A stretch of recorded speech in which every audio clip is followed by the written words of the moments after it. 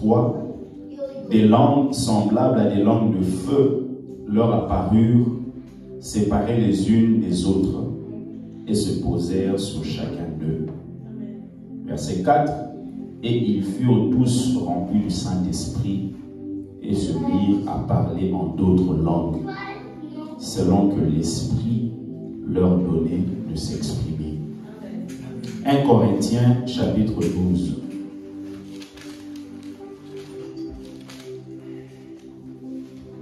« 1 Corinthiens chapitre 12, du verset 8 au verset 12.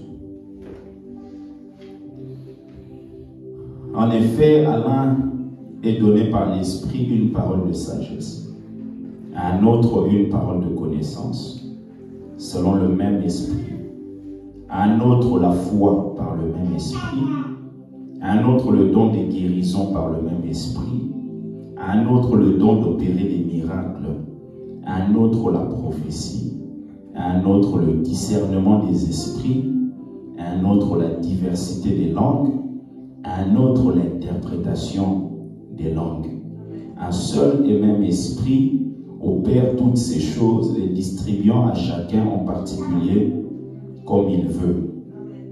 Car comme le corps est un et a plusieurs membres, et comme tous les membres du corps, malgré leur nombre, ne forment qu'un seul corps, ainsi en est-il de Christ. Amen. En est-il de Christ. Nous allons prendre un autre texte, le dernier.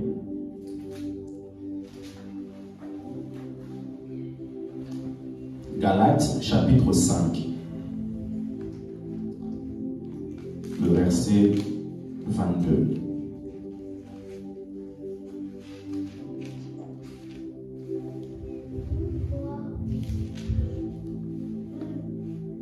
Jusqu'au verset 25. Mais le fruit de l'esprit, c'est l'amour, la joie, la paix, la patience, la bonté, la bienveillance, la foi, la douceur, la maîtrise de soi. La loi n'est pas contre ces choses. Ceux qui sont à Jésus-Christ ont crucifié la chair avec ses passions et ses désirs. Si nous vivons par l'esprit, marchons aussi selon l'esprit. Amen. Amen. Marchons aussi selon l'esprit. Alors, je vais vous expliquer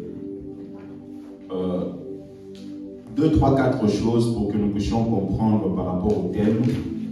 Et puis à un moment, nous avons commencé cette série d'enseignements sur cette fête qui vient la semaine prochaine qu'on appelle la Pentecôte. Et c'est très important de pouvoir le comprendre. Nous avions vu que les disciples étaient habitués d'être avec Jésus. Ils étaient avec Jésus, ils ont commencé à vivre avec lui. Il a appelé plusieurs qui étaient pécheurs, et ensuite il a fait d'eux les pécheurs d'hommes. Et ils étaient là avec le maître, donc il y avait une certaine sécurité. Et un jour, il fallait que le maître parte. Donc quand le maître a connu son ascension, les disciples sont restés un peu comme orphelins. C'est d'ailleurs la raison pour laquelle Jésus est en train de les rassurer. Jésus dit, je ne vous laisserai pas comme des orphelins. Parce qu'il savait qu'il pouvait y avoir un sentiment de manque à l'intérieur des disciples. Il dit, je ne vous laisserai pas comme ça, je vous enverrai un autre esprit. Je prierai le Père de vous envoyer un autre consolateur. En fait, quand il dit un autre consolateur, l'autre là, c'est-à-dire c'est une autre personne, mais qui a la même nature que moi. Ce sera le Saint-Esprit, mais qui aura les mêmes caractéristiques que moi. Un autre consolateur qui va demeurer avec vous. Donc Jésus savait que si un autre consolateur ne vient pas, ces hommes-là vont être malheureux. Parce qu'ils sont tellement habitués avec moi. Donc il y a eu une forme d'absence. Il y a eu une forme de perte d'une manière physique. Parce qu'ils n'étaient plus là. Ils n'étaient plus là. Et c'était quelque chose qui pouvait être une occasion de tristesse. De se dire finalement, il était avec nous et là il est parti.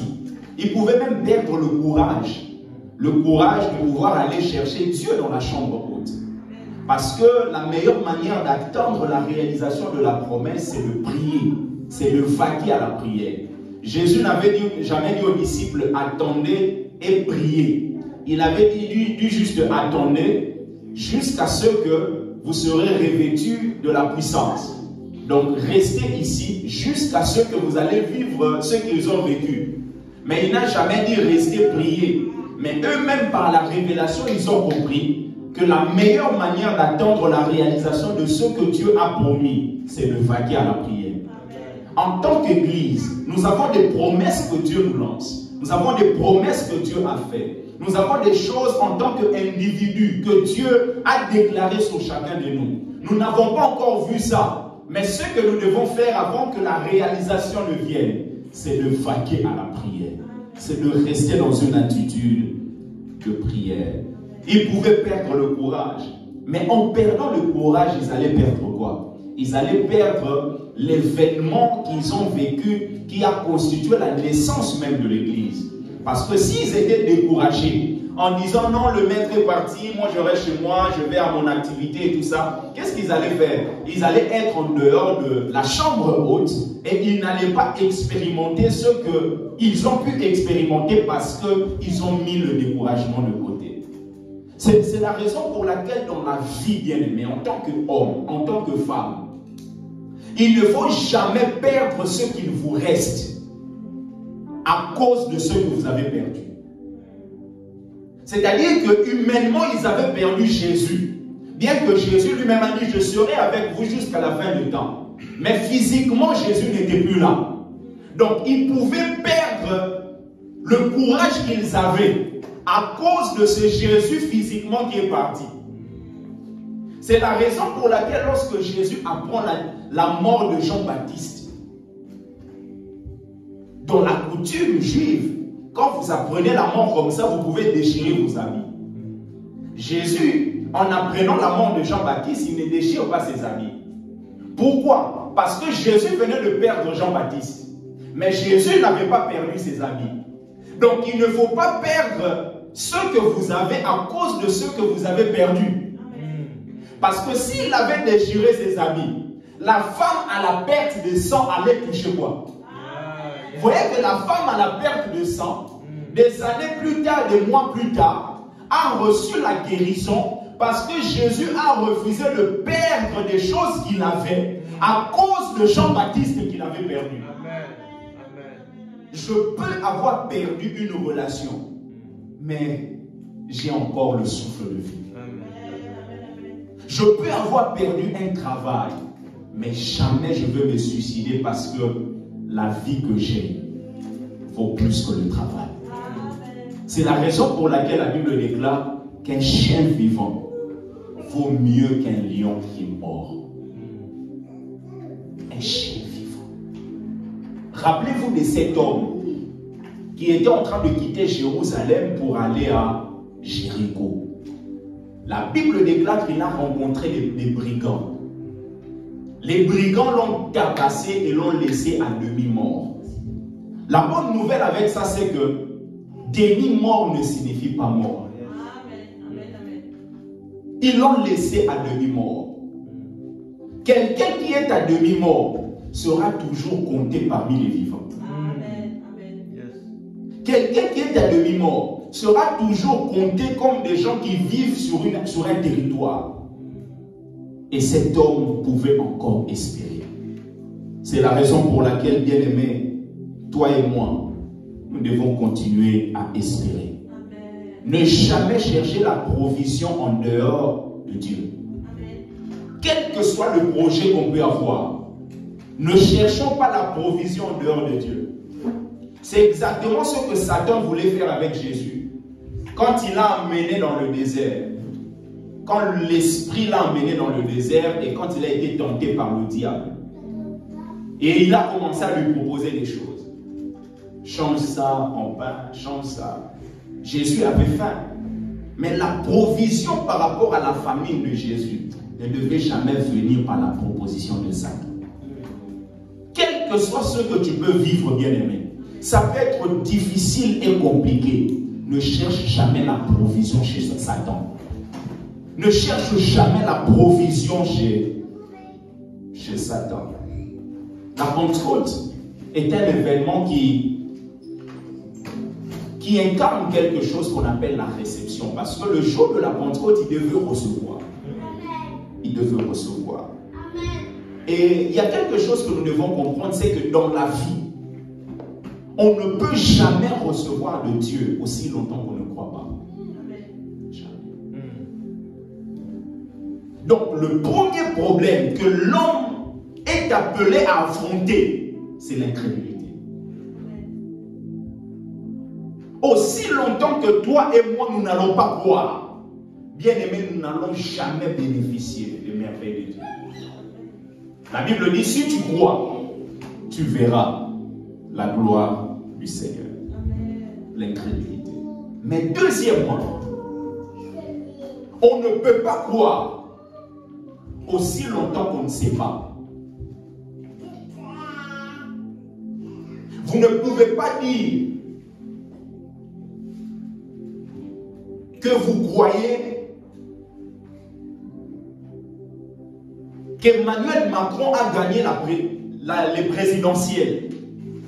Aussi longtemps que vous ne savez pas que la France existe, aussi longtemps que vous ne savez pas qu'Emmanuel Macron existe, aussi longtemps que vous ne savez pas qu'il y a des élections qui existent. Donc la croyance est toujours basée sur une certaine connaissance. Si vous ne connaissez rien, vous ne pouvez pas dire que vous avez une croyance. Toute croyance est basée sur une certaine connaissance. La connaissance peut être fausse, mais c'est quand même une connaissance. La connaissance que vous avez. Vous ne pouvez pas recevoir aussi longtemps que vous ne croyez pas. Et aussi longtemps que vous ne savez pas. Donc, si le premier problème c'est l'incrédulité, le deuxième problème c'est l'ignorance. Bien aimé, à l'église, partout nous pouvons nous retrouver. L'un des problèmes que nous avons, c'est que les gens sont ignorants. Les gens sont ignorants. Les gens connaissent beaucoup de choses, mais ne connaissent pas ce qu'il faut.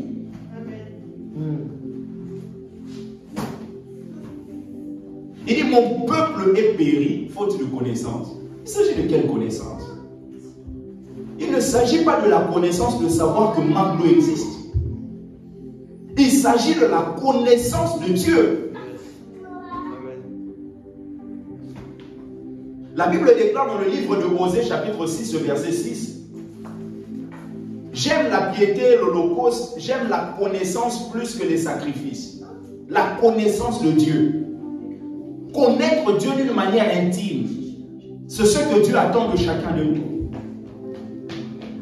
Et si le deuxième combat c'est l'ignorance, le troisième c'est celui du désir ou de la soif. La plupart des choses on ne les vit pas parce que nous n'avons pas soif. Soif de Dieu. Soif d'expérimenter le Seigneur.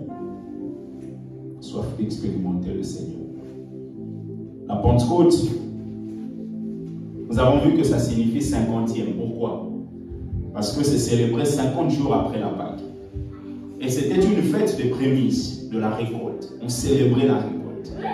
Et Dieu n'a pas choisi ce jour au hasard parce que la Pentecôte est en train d'inaugurer le commencement de l'Église. Donc Dieu est en train d'annoncer une certaine moisson qui doit commencer au travers de l'Église. Donc l'Église doit commencer à moissonner les arbres. C'est la raison pour laquelle le jour de la Pentecôte, Pierre, lorsqu'il a prêché, il y a eu plus de 3000 personnes qui se sont converties. Et ça a commencé comme ça a commencé à augmenter. Et parler de la Pentecôte nous envoie justement à connaître plusieurs notions parce que s'ils ont vécu la Pentecôte, c'est parce que la Bible déclare qu'ils étaient tous ensemble dans le même lieu. Quand la Bible dit tous ensemble dans le même lieu, ça ne signifie pas juste peut-être que nous sommes là, mais ils avaient vraiment la même vision. D'où la Pentecôte est en train de nous renvoyer la notion de l'unité. Parce que l'Église devait naître au travers de cet événement.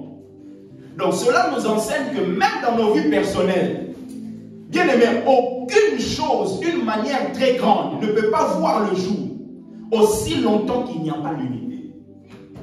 Dans un couple, un projet, un grand projet ne peut pas voir le jour aussi longtemps que l'unité ne prend pas place. Parce que la division est composée de deux mots. Vous avez dit dans le grec ancien qui signifie deux ou double. Et ensuite vous avez vision. Donc quand il y a division, il y a plusieurs visions. Et la Bible déclare que deux personnes ne peuvent pas marcher ensemble si ces personnes ne se sont pas mises d'accord. Donc ne pas se mettre d'accord, c'est avoir plusieurs visions. Parce que plusieurs en français, ça commence déjà à partir de deux. Donc vous voyez qu'aucun projet consistant ne peut voir le jour aussi longtemps que l'unité n'a pas pris place. L'unité, ça peut être aussi entre ton corps, ton âme et ton esprit. Parce que vous avez un esprit qui a été régénéré. La Bible déclare, l'apôtre Pierre qui dit, nous sommes régénérés non par une semence corruptible, mais par une semence incorruptible, par la parole vivante et permanente de Dieu. Donc ton esprit est régénéré, ton âme est en train d'être transformée. La Bible déclare que celui qui persévérera jusqu'à la fin sera sauvé. Mais lorsque Jésus reviendra, notre corps sera changé et va revêtir ce qu'on appelle l'incorruptibilité. Donc ton corps là, ton âme et ton esprit peuvent vouloir des choses différentes. Donc quand il y a dichotomie, quand il y a division, c'est compliqué que tu puisses aller de l'avant. Quand ton corps t'amène à faire des choses que ton esprit ne veut pas, cela signifie qu'il y a division. Et si ton corps fait des choses que ton esprit n'est pas d'accord, toi tu continues à faire dans la dimension du corps, bien aimé, tu ne pourras jamais aller loin avec Dieu. Aller loin avec Dieu nécessite l'unité. L'unité par rapport à une structure, mais l'unité par rapport à ma vie personnelle. C'est-à-dire que mon esprit, qui est connecté à l'esprit de Dieu, me dit de vivre dans la sainteté. Parce que la Bible déclare, l'apôtre Paul qui le dit dans 1 Corinthiens, lorsque notre esprit est attaché à l'esprit de Dieu, les deux deviennent un. Celui qui s'attache à une prostituée devient avec la prostituée une même chair. Mais celui qui s'attache à Dieu est avec lui un même esprit. Donc, quand vous êtes attaché à Dieu, vous devenez un même esprit. L'esprit de Dieu va vous emmener à vivre les principes divins. Et les principes divins, quand ils sont en dichotomie avec les principes que la chair va t'emmener à commettre, bien aimé, tu ne peux pas aller de l'avant. Il faudrait que ton corps, ton âme, soit réellement soumis à ce que ton esprit qui est attaché à l'esprit de Dieu soit devenu un, est en train de demander. C'est la raison pour laquelle un homme spirituel, c'est celui qui amène ce qui vient de l'esprit à être ce qui conduit la chair, qui conduit l'âme, qui conduit le corps. C'est-à-dire que mon corps n'est pas conduit par lui-même. Mon corps est conduit par la pensée de l'esprit. L'unité en toi-même, en nous, au-dedans de nous. Et Pentecôte nous envoie aussi à la manifestation des dons spirituels. Dans Actes chapitre 2, qu'on a lu, la Bible déclare des langues semblables à des langues de feu leur apparurent, séparées les unes des autres, et se posèrent sur chacun d'eux. Ils ont été remplis du Saint-Esprit et se mirent à parler en d'autres langues, selon que l'Esprit leur donnait de s'exprimer. En matière de dons, je vous prie de noter, en matière de dons, il y a 3 catégories de dons. Premièrement, vous avez des dons qui sont des hommes, qu'on appelle les 5 ministères. Selon Ephésiens chapitre 4, du verset 11 au verset 12. Premièrement, les dons qui sont les ministères, les 5 ministères, les dons hommes. Deuxièmement, vous avez des dons qui constituent la fondation même de notre parcours chrétien.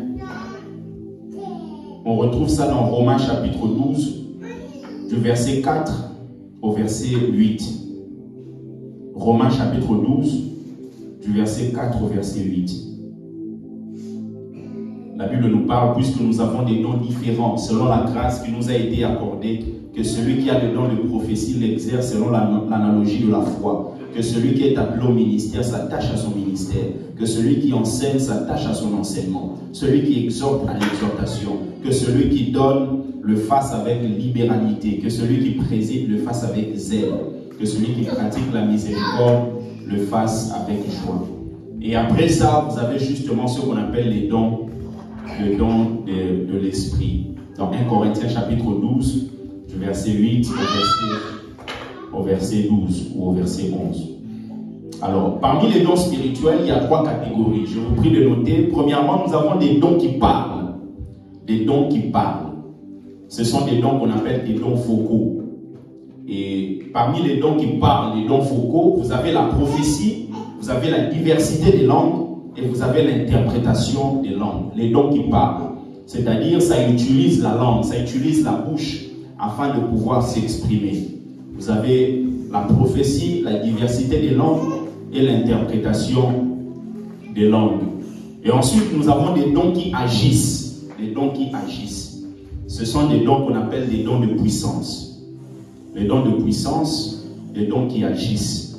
Et parmi ces dons, vous avez le don de foi, mais c'est une foi particulière. Ce n'est pas juste la foi qui nous a amenés à accepter Christ, c'est vraiment une foi particulière qui nous amène à vivre des prodiges avec le Seigneur. On a des dons de foi, nous avons les dons de guérison, nous avons aussi le don d'opération de miracle. Et ensuite, nous avons des dons qui révèlent des choses inconnues. Des dons qui révèlent des choses inconnues. Et ce sont des dons qu'on appelle des dons de révélation. On a une parole de sagesse, une parole de connaissance, le discernement des esprits. Non, tu peux t'asseoir, tu notes. Une parole de sagesse, une parole de connaissance et le discernement des esprits. Alors, pour que nous puissions comprendre les différents dons, la Bible nous parle des différents dons. La Bible parle par exemple du don d'une parole de connaissance. On ne dit pas de la parole de connaissance. Pourquoi? Parce que lorsque Dieu vous donne ce don, il ne vous donne pas toute la connaissance. C'est la raison pour laquelle on ne dit pas le don de la parole de connaissance. On dit une parole de connaissance. C'est-à-dire, c'est une chose parmi tas d'autres. Quand vous dites, j'ai pris la mangue, cela signifie qu'il n'y a pas d'autre mangue. Quand vous dites, j'ai pris une mangue, cela signifie, sous-entend qu'il y a d'autres mangues, mais toi tu en as pris une.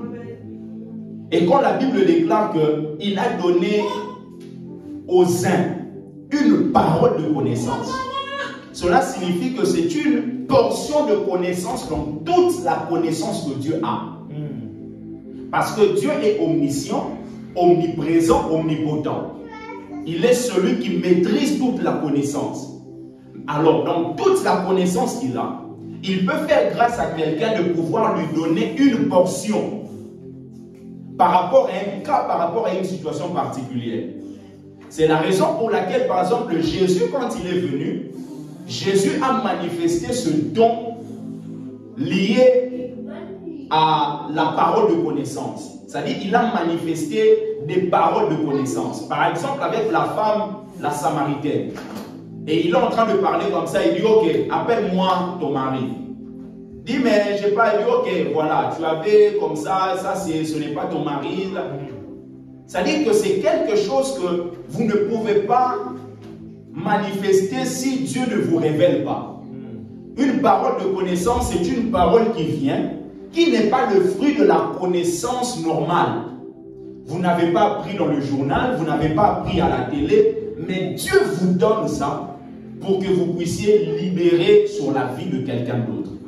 C'est un don qu'on vous donne pour quelqu'un. Les dons spirituels sont là pour l'édification des autres. Donc Dieu peut vous donner une parole de connaissance pour que vous puissiez communiquer ça à quelqu'un. Par exemple, quand vous lisez dans 1 Samuel chapitre 9, le verset 20, La Bible déclare que Saül était en train de chercher les ânesses de son père, qui étaient perdus. En cherchant les ânesses de son père, quand il est arrivé devant Samuel lui a dit, les ânesses que tu cherches ont été retrouvées. C'est-à-dire, c'est une parole de connaissance. Parce que tu ne peux pas, quelqu'un vient de son village et tout ça venir directement dire non, les ânesses, mais tu as appris ça où? Ça, c'est une révélation, une parole de connaissance que Dieu donne. Et par exemple, Dieu un jour, il parle à Ananias. Rappelez-vous par rapport à la conversion de Paul. Ananias, Dieu lui parle par rapport à ce que Paul va faire et par rapport à ce qui va arriver dans les minutes qui vont suivre. C'est-à-dire, c'est une connaissance que vous ne pouvez pas avoir si Dieu ne vous révèle pas. Mais une parole de connaissance marche très souvent avec la parole de sagesse ou une parole de sagesse. C'est pareil, ce n'est pas la sagesse, la parole de sagesse, mais c'est une parole de sagesse. C'est-à-dire, dans toute la sagesse qu'est Dieu, il vous donne une petite portion. Donc, si une parole de connaissance vous permet de connaître une situation sans avoir la connaissance de la situation d'une manière naturelle, une parole de sagesse va vous donner les moyens de pouvoir résoudre le problème que vous avez détecté au niveau de cette parole de connaissance. C'est-à-dire que dans une parole de connaissance, vous pouvez avoir un cas que vous détectez. Mais ce cas que vous avez détecté, le but, ce n'est pas juste que vous puissiez détecter. Le but, c'est surtout la résolution du problème. Alors, la résolution du problème aura besoin de la sagesse. Et vous avez besoin maintenant d'une parole de sagesse afin de dire à la personne quelque chose qui va faire en sorte que ce que vous avez détecté puisse être résolu. Vous avez des dons comme ça. Vous avez des dons, par exemple, de la prophétie. Quand quelqu'un prophétise, annonce le futur. Quand quelqu'un prophétise, annonce ce qui va arriver. Le prophète, il est un peu comme le doigt de Dieu. Il montre le chemin. Quand vous prophétisez, vous montrez le chemin. Il y a des prophéties de direction. Il y a des prophéties d'avertissement. Il y a des prophéties de consolation. Il y a des prophéties d'encouragement. Quelqu'un peut être là, ne sait pas comment faire. Est-ce que je dois voyager ou pas? Est-ce que je dois aller au Congo ou pas? Est-ce que je dois aller ou pas? Tu viens comme ça, tu lui dis, ok, Dieu me dit qu'au mois de septembre, tu as envie d'aller au Congo. Mais Dieu me dit, tu vas reporter ça 3 mois plus tard pour que ça fasse, par exemple, le mois de décembre. Parce qu'au mois de septembre, voilà ce que je vois. Je vois qu'au Congo, il y aura ça, ça, ça. Et Dieu ne veut pas que tu connaisses ça. Donc ça, c'est une prophétie qui annonce le futur. Et c'est une prophétie de direction. Vous êtes en train de donner une direction, mais en même temps, vous êtes en train d'avertir. Parce que plusieurs connotations peuvent environner une même prophétie. Est-ce que quelqu'un comprend? Peuvent environner une même prophétie. Si vous avez des dons, par exemple, le don des langues, le parler en langue. Parce que le parler en langue, vous pouvez avoir le parler en langue qui est un signe lorsque vous êtes baptisé de l'esprit. Vous pouvez avoir aussi le parler en langue qui demeure jour après jour, que vous n'avez pas besoin de forcer pour pouvoir parler. Par exemple, le français, c'est une langue. Vous n'avez pas besoin de forcer pour parler français. Il suffit juste qu'il y ait une occasion, vous parlez. C'est pareil avec la langue. Maintenant, il y a plusieurs catégories, plusieurs types de langues. Vous avez premièrement des langues qu'on appelle par exemple des langues qui sont des signes. Qui sont des signes pour les non-croyants. C'est exactement ce qui s'est passé le jour de la Pentecôte. La Bible déclare qu'ils étaient tous ensemble et ils ont commencé à parler en d'autres langues. Mais les langues qu'ils parlaient là, c'était des langues qu'on appelle des langues intelligibles. C'est-à-dire, ce sont des langues que les autres peuvent comprendre. Parce que quand vous parlez des langues intelligibles, c'est possible même que vous, et c'est très souvent comme ça, vous ne comprenez même pas ce que vous dites. Mais ceux qui sont censés être édifiés par rapport à ce que vous dites comprennent. Vous êtes à côté de quelqu'un qui vient de Katanga, qui parle Swahili. Vous n'avez jamais été au Katanga. Vous n'avez jamais parlé Swahili. Mais vous commencez à parler en langue, mais vous parlez Swahili d'une manière parfaite. Et quand vous parlez comme ça, vous êtes en train de dire et de donner des détails par rapport à la vie de la personne qui est katangée de côté là. Et la personne, ce sera un signe pour elle que Dieu existe. Amen. Parce que ce que je suis en train de vivre là, ce n'est pas l'intelligence humaine qui lui a révélé. C'est une manifestation du don. Donc ça peut être un signe pour le non-croyant. Mais vous pouvez recevoir aussi des parler en langue qui consiste à qui demande l'interprétation. Par exemple, vous êtes ici à l'église, vous êtes en train de parler en langue, mais qui est dans la forme du message pour l'église. Quand c'est à la forme du message pour l'église, en ce moment-là, il faut qu'il y ait l'interprétation pour que ceux qui sont tout autour de vous soient édifiés. C'est la raison pour laquelle l'apôtre Paul dit, dans ce cas-là, s'il n'y a pas d'interprète, qu'on se taise dans l'assemblée. Pourquoi? Parce que cette dimension de langue a pour but de pouvoir édifier l'église. Or, vous ne pouvez pas être édifié aussi longtemps que vous ne comprenez pas. Donc, en ce moment-là, il faut l'interprète pour pouvoir interpréter ce que vous dites. Et interpréter, c'est toujours différent de la traduction. Parce que quand vous traduisez, vous pouvez dire en lingala, Maman Nabiso Ake Kosomba Mapa. Notre maman est partie acheter du pain. En langue, ça ne se passe pas comme ça. En langue, quelqu'un peut commencer à parler Riblo, Chalou, Kalou, Sheaneba. Mais ça signifie simplement fortifie-toi. Dieu est avec toi. Parce que ce n'est pas une traduction, c'est une interprétation. Cela signifie que quelqu'un peut parler beaucoup en langue. Mais celui qui va interpréter ne va pas forcément prendre le même nombre de minutes. Je peux parler en langue, mais à la fin, le message ou l'interprétation, c'est seulement Papa Henri, Dieu est avec toi, prends courage. C'est-à-dire que ce que tu es en train de dire, ce n'est pas la traduction, c'est l'interprétation de ce qui a été dit. Et vous avez des langues maintenant qui sont des langues pour la prière personnelle. En ce moment-là, vous n'avez pas besoin d'interprétation. Parce que la Bible déclare que celui qui parle en langue ne parle pas aux hommes. Là, ce n'est pas dans la dimension du message que vous adressez à l'église. Là, c'est dans la dimension de la prière personnelle qui concerne Dieu. La Bible dit en ce moment-là, vous dites des mystères parce que personne ne comprend ce que vous dites. Vous dites des mystères à Dieu. Donc, celui qui parle en langue dans la dimension de la prière personnelle, il ne s'adresse pas aux hommes. Il s'adresse à Dieu directement. Et quand il parle à Dieu comme ça, la Bible déclare qu'il est en train d'annoncer des mystères. Donc, dans la dimension personnelle, vous n'avez pas besoin d'interprétation. Parce que quand vous parlez, vous vous bâtissez vous-même. Vous vous construisez vous-même.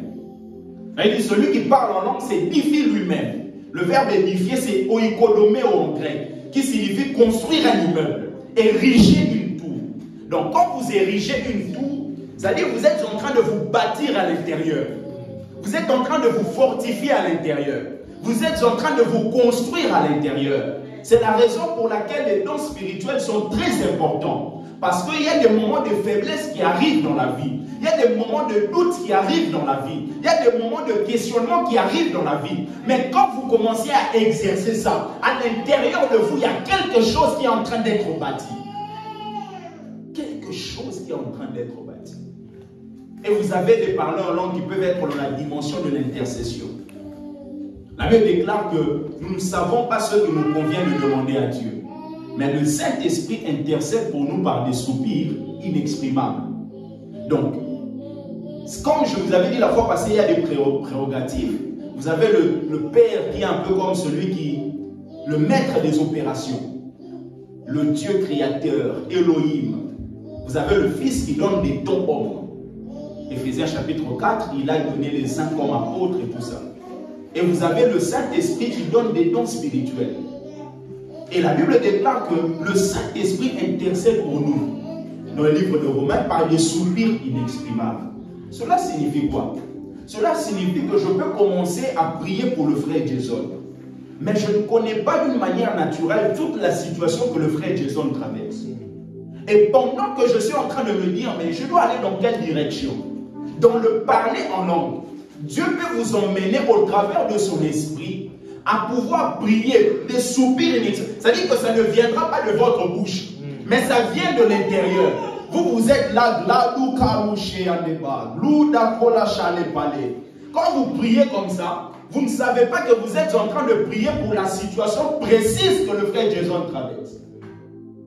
Et le frère Jason peut vous appeler pour vous dire: papa, j'avais une situation très compliquée à 14h15.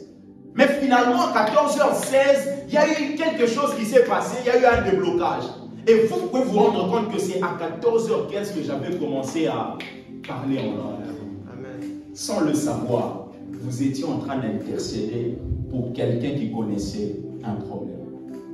Donc vous voyez comment est-ce que le don spirituel, les dons spirituels sont très importants pour l'Église. Pour l'Église.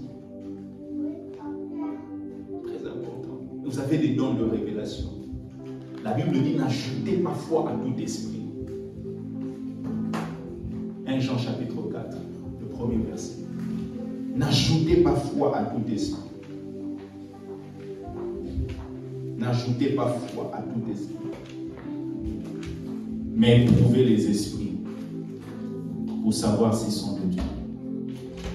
Quand vous lisez Marc chapitre 9, le verset 17, la Bible dit: un homme de la foule lui répondit: Maître, j'ai amené auprès de toi mon fils qui est possédé d'un esprit muet. Il dit: j'ai emmené auprès de toi mon fils qui est possédé, pas de n'importe quel esprit, d'un esprit muet. C'est-à-dire, il y a eu une forme de détection de l'esprit. Il y a eu une forme de discernement par rapport à l'esprit qui anime l'enfant. Rappelez-vous de l'apôtre Paul quand vous lisez dans Actes chapitre 16. À partir du verset 16, vous avez cette femme qui avait l'esprit de Python. Et la Bible déclare qu'elle était en train de dire, elle criait: ces hommes sont les serviteurs du Dieu très haut. Elle le disait comme ça. Mais l'apôtre Paul a su discerner quel est cet esprit qui anime cette femme. Bien aimé, il y a des gens qui sont tout autour de nous là, qui disent des choses, qui parlent, qui sont avec nous. Et si vraiment on peut prendre le temps de discerner l'esprit qui anime ces personnes, nous allons nous rendre compte que plusieurs sont animés de mauvais esprits. Et ce qui doit être appliqué dans ces derniers temps, s'il y a un don spirituel qui doit davantage fonctionner, bien aimé, c'est le don du discernement des esprits. De savoir cette personne parle par la vertu de quel esprit. Cette personne prêche par la vertu de quel esprit. Par la vertu de quel esprit. Et nous sommes en train de parler du fruit pour terminer. Le fruit par rapport à la Pentecôte, parce que la Pentecôte nous amène des dons spirituels, la manifestation des dons. Et comme nous l'avions expliqué, le don spirituel ne vient pas changer le caractère de celui qui le reçoit. Ce n'est pas parce que vous avez reçu un don que votre caractère change ou s'améliore. J'avais donné l'exemple avec le frère Jason.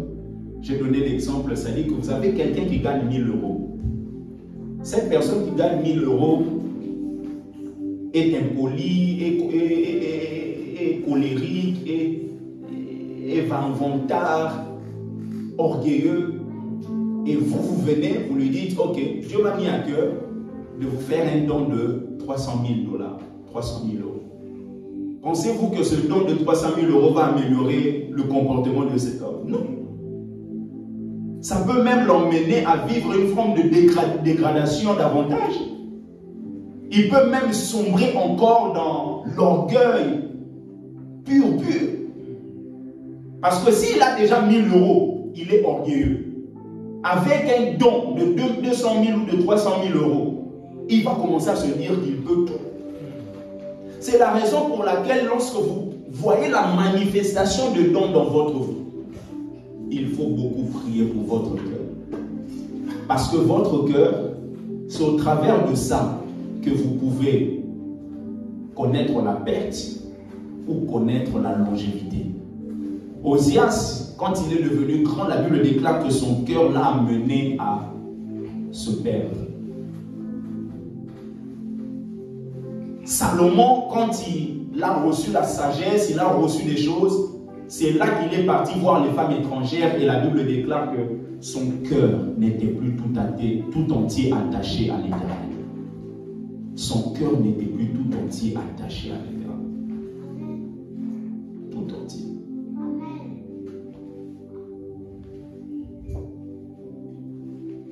Donc, nous devons comprendre qu'on ne va pas discerner ou confirmer l'authenticité de quelqu'un au travers des dons. La Bible déclare qu'on les reconnaîtra non pas au travers des dons spirituels, mais au travers de leurs fruits. Le problème avec cette génération, avec cette décennie, c'est que nous sommes beaucoup plus focalisés vers les charismes. Mais nous négligeons le fruit. Nous négligeons le caractère. Nous négligeons le caractère. Alors que quelqu'un peut même prophétiser, mais vivre dans l'iniquité. N'est-ce pas, la Bible déclare qu'à la fin, certains me diront, j'ai prophétisé en ton nom, j'ai fait des miracles en ton nom. C'est ce que Jésus dit. Et je leur dirai, je ne vous connais pas. Loin de moi, serviteur de l'iniquité. Donc, on peut prophétiser, on peut opérer des miracles, tout en vivant dans l'iniquité. Donc vous voyez que pour pouvoir savoir si la personne est authentique, si la personne est vraie, ce n'est pas au niveau des dons, c'est au niveau du fruit. Or, le fruit se cultive. Et ceux qui se cultivent, ça prend du temps.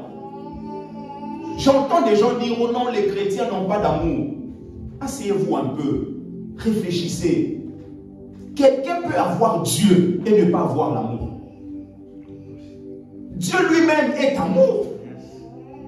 Donc vous voyez que le problème dans le christianisme, ce n'est pas au niveau de la réception, c'est au niveau de la manifestation. Ce n'est pas au niveau de la réception. Est-ce que vous pouvez être chrétien et ne pas voir Dieu? Donc, quand vous êtes chrétien, cela signifie que vous avez Dieu. Oh, Dieu est amour. Donc, le problème lorsque nous voyons des comportements des gens, ce n'est pas que l'amour n'y est pas. L'amour est là parce que Dieu est là. Le problème, c'est que la manifestation ne suit pas. Parce que vous pouvez recevoir quelque chose et ne pas manifester. Donc, le fruit se cultive. Ça prend du temps. Ça se perfectionne. Et vous allez voir, l'amour a même des intensités. Quand vous lisez Matthieu chapitre 24, le verset 12, la Bible dit que parce que l'iniquité se sera accrue, l'amour du plus grand nombre se refroidira. Matthieu 24, le verset 12. Parce que l'iniquité sera accrue, l'amour du plus grand nombre se refroidira. Cela signifie qu'il y a une forme d'intensité. Parce que si l'amour se refroidit, cela veut dire que l'amour avait un certain niveau et l'amour est descendu à un autre niveau. Donc le problème, c'est de pouvoir avancer vers la perfection. Avancer vers la perfection. Non seulement le fruit se cultive, avoir le fruit, c'est aussi avoir la sémence. C'est la raison pour laquelle vous allez vous rendre compte que ceux qui n'ont pas de fruit, ceux qui ne manifestent le fruit, ont beaucoup de difficultés d'apporter la sémence dans la vie des autres. Parce qu'au travers du fruit, vous avez déjà la sémence. Quand vous mangez une mangue, la mangue est tirée d'un manguier. La mangue, c'est un fruit. Mais dans le fruit qui est mangue, il y a la sémence.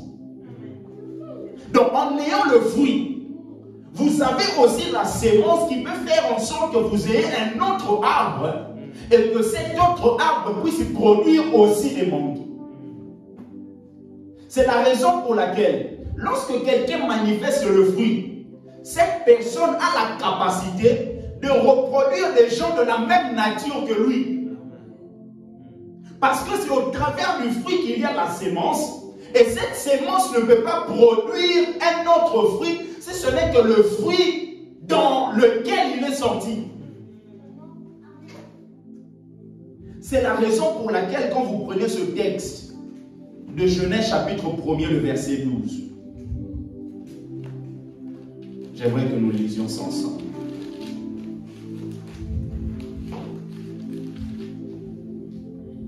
Genèse chapitre 1er, le verset 12. La Bible dit: la terre produisit de la verdure, de l'herbe portant de la sémence selon son espèce, et des arbres donnant du fruit, et ayant en eux leur sémence selon leur espèce. Dieu vit que cela était bon. Donc, des arbres donnant du fruit, ayant en eux leur sémence. Des arbres qui donnent du fruit, et ces fruits ont en eux leur sémence. Dans ta version, il y a écrit différemment peut-être. C'est plus clair. Voilà la parole du Seigneur. Oui. La terre produit de l'herbe verte avec toutes sortes de plantes, toutes sortes d'arbres. Ok. Chaque plante a ses graines selon son espèce. Oui. Chaque arbre a ses fruits avec des pépins ou un noyau selon son espèce. Dieu voit que c'est une bonne chose. Voilà. Donc un noyau, la sémence. Dans la version d'Arby, la Bible dit: et la terre produisit l'herbe, la plante portant de la sémence selon son espèce, et l'arbre produisant du fruit ayant sa sémence en soi selon son espèce. La sémence en soi, à l'intérieur. Quand vous avez le fruit, vous avez la sémence. Amen. Amen. C'est ça le mystère de l'évangile. Quand vous avez le don spirituel, vous n'avez pas forcément la sémence. Quand vous avez le fruit, vous avez la sémence. Or, la sémence vous permet de reproduire les gens qui ont la même nature que vous. Je peux avoir une mangue. La mangue, je l'ai achetée ici. Je peux quitter la France, aller en Côte d'Ivoire, utiliser la sémence qu'il y a dans mon fruit. Vous allez vous rendre compte que la sémence qu'il y a à l'intérieur produira le même type de fruit que ceux que moi j'ai. Amen. C'est la raison pour laquelle la Bible déclare que nous sommes des ambassadeurs. Un ambassadeur est celui qui est appelé à ramener à l'étranger la culture de son royaume. L'ambassadeur n'est pas appelé à aller se conformer au pays, non. C'est la raison pour laquelle, lorsque l'ambassade de la Côte d'Ivoire est en France, là où l'ambassade est, ce n'est pas le territoire français. Quand vous entrez dedans, vous êtes dans le territoire ivoirien. Et l'ambassadeur, là où il est là pour pouvoir ramener la culture de son pays par rapport aux gens qui sont là. En tant que des ambassadeurs, nous sommes du royaume de Dieu. Et nous sommes envoyés dans ce monde comme des étrangers. Et gloire à Dieu. Parce que quand il y a une guerre dans un pays, la première des choses qu'on fait, on rappelle l'ambassadeur. On rappelle d'abord l'ambassadeur. Et c'est ce que Jésus va faire. C'est ce que Dieu va faire. Les choses vont commencer tellement à être dures. Et il sait que ces ambassadeurs sont dans ce territoire. Qu'est-ce qu'il va faire? Il va revenir sur les nuées. Il va nous rappeler. C'est la raison pour laquelle la Bible dit: les morts en Christ seront ressuscités. Et nous, les vivants, nous serons changés. Nous monterons dans les airs en tant qu'ambassadeurs, parce que ici en bas, ça va commencer à brûler. Il rappelle ses ambassadeurs en disant: venez, soyez à l'écart de toutes ces tensions. Dieu nous mettra à part, bien-aimés. Restons fermes. Attachons-nous à Dieu. Il nous mettra à part. Le fruit vous rend compatible avec le ciel. Ça vous rend compatible avec le ciel. Jésus ne viendra pas chercher une église bien structurée, bien la structure, avoir des belles caméras et tout ça, c'est très bien. Mais Jésus reviendra prendre une église sans tache ni rude, ni rien de semblable. C'est ça la vérité de l'évangile. Il dit, si quelqu'un entend ma voix et ouvre la porte, j'entrerai. Je souperai avec lui et lui avec moi. Si quelqu'un entend ma voix et ouvre la porte, vous vous rendez compte que la chose la plus importante, ce n'est pas la porte, c'est les oreilles. Entendre. Parce que si tu n'as pas entendu, tu ne pourras pas aller ouvrir. Et le problème que nous avons à l'église, c'est ça. Nous avons des gens qui ont des oreilles mais qui n'entendent pas. Et comme ils n'entendent pas, ils ne peuvent pas ouvrir la porte, souper avec le maître. Ça, c'est un appel à l'intimité. Quand il parle ici dans l'Apocalypse chapitre 3, de verset 20, Jésus ne parle pas aux païens. Prophète, il parle aux 7 églises d'Asie mineure. C'est-à-dire qu'il parle à l'église. Si quelqu'un entend ma voix, très souvent on prend ce verset, on l'utilise dans les deuils. Alors que d'une manière scripturaire, ça ne s'adresse pas d'abord aux païens, ça s'adresse à l'église. Parce qu'il y a des églises, il y a des personnes, il y a des membres des églises dans leur vie. Jésus est comme à l'extérieur. Il n'y a pas une forme d'intimité avec lui. Si tu l'entends,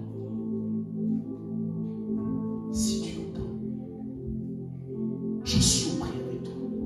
Mais qu'est-ce qui nous empêche d'entendre? C'est la vie de la chair. La vie de la chair nous empêche d'entendre Dieu.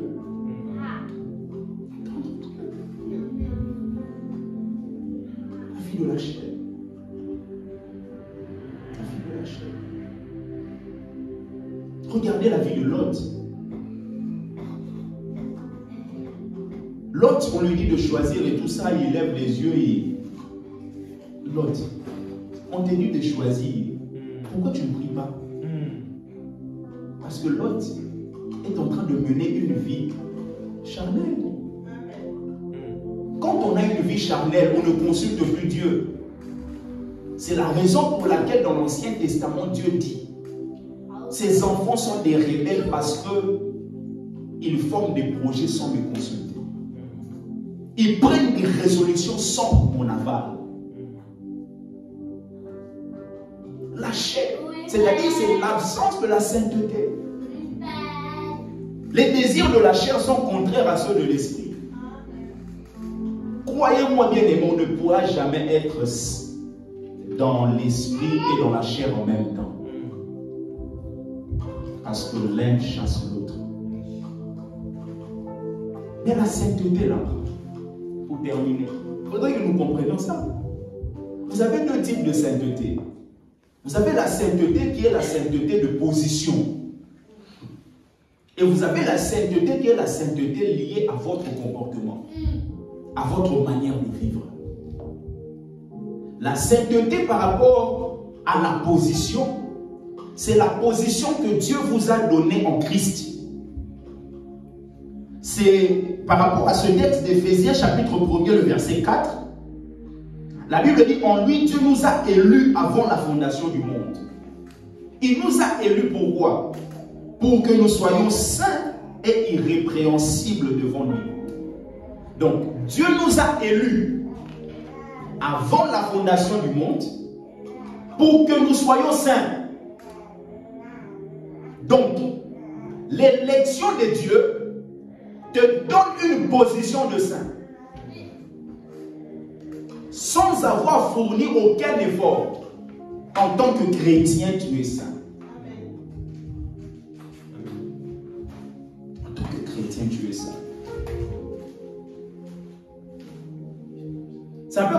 mariage. Vous avez par exemple le frère Jason, imaginez qu'il se marie. Il se marie le mois prochain, il choisit sa femme, on célèbre le mariage. Une fois mariés, ils vont commencer la vie du mariage. 15 ans après, la femme du frère Jason sera plus femme ou pas? Ou sera toujours femme comme au début? Sera toujours femme. C'est-à-dire qu'au début du mariage et 15 ans après, par rapport à la position, cette femme sera toujours sa femme. Rien ne va changer. Parce que le frère Jason a choisi, l'a élu. C'est la raison pour laquelle ici la Bible déclare que pour que nous soyons saints, il nous a élus avant la fondation du monde. C'est-à-dire que l'élection là, quel que soit le nombre des années, ne change pas la position qui nous a été donnée. Sa femme sera toujours sa femme. Mais sa femme là qui va épouser peut avoir connu une vie dans le passé. Peut avoir eu peut-être un copain au collège. Peut avoir eu peut-être une relation mais qui n'a pas abouti. Mais une fois que cette femme sera avec le frère Jason, qu'est-ce que doit faire cette femme? C'est de mettre croix sur toutes les autres relations qu'elle a eues. Parce que si cette femme est avec le frère Jason, mais continue à mener sa vie comme avant, c'est qu'il y a un problème. Et c'est là maintenant la sainteté qu'on appelle la sainteté de comportement.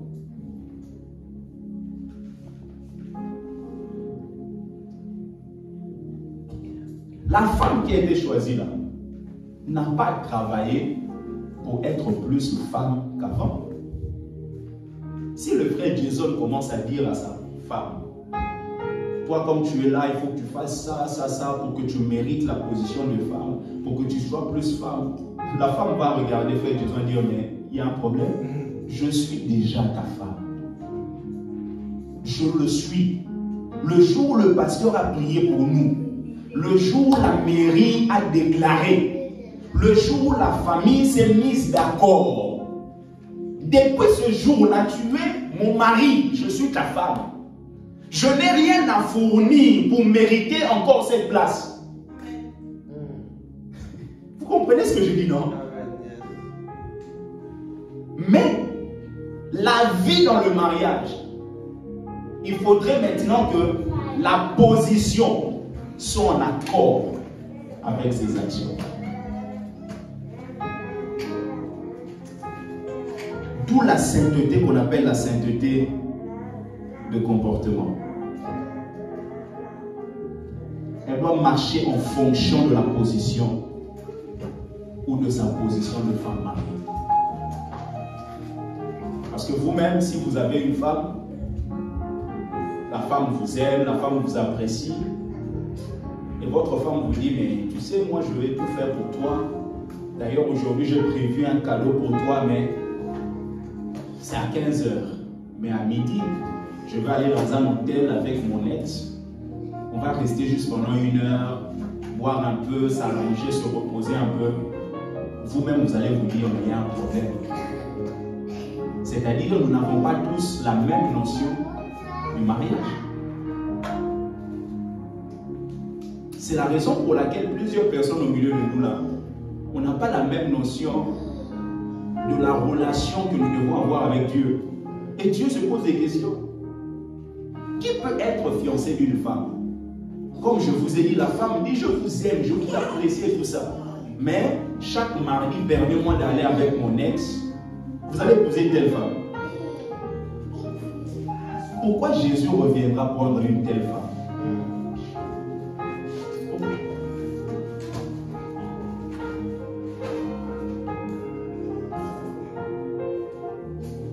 D'où c'est le problème de choix.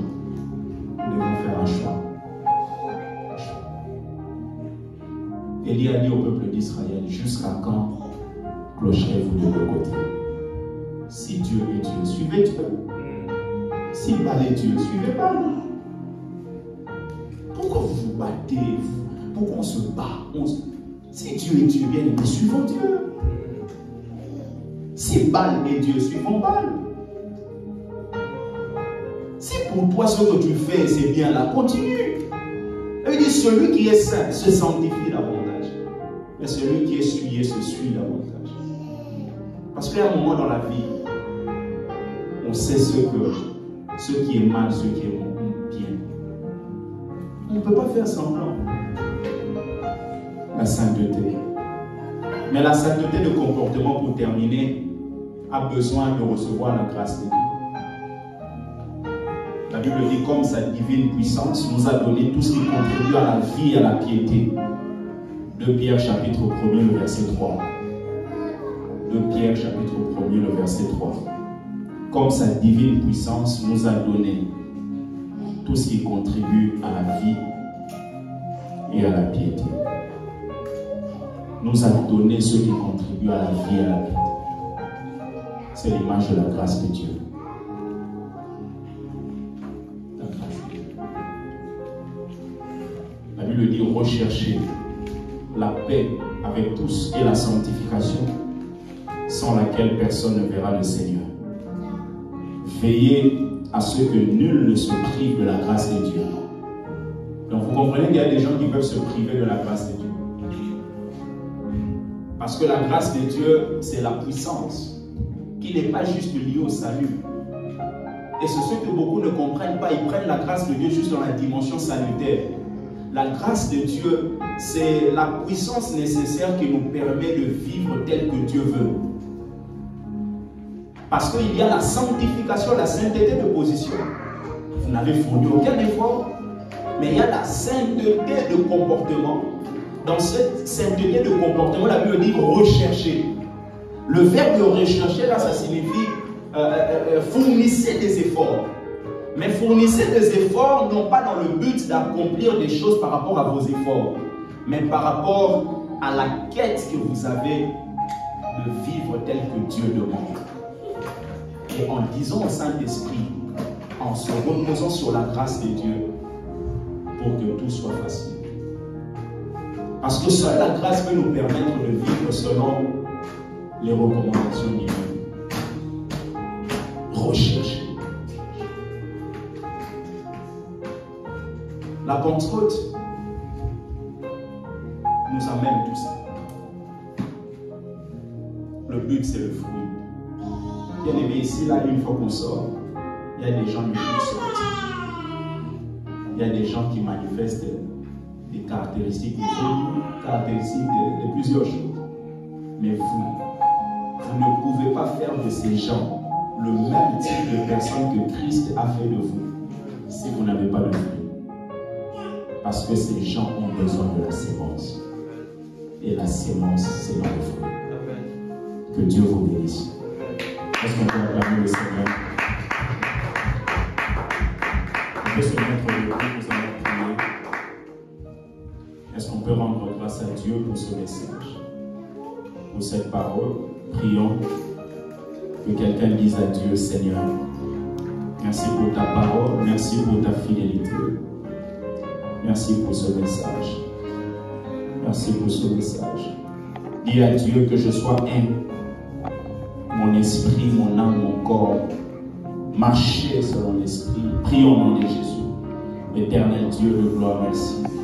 Merci.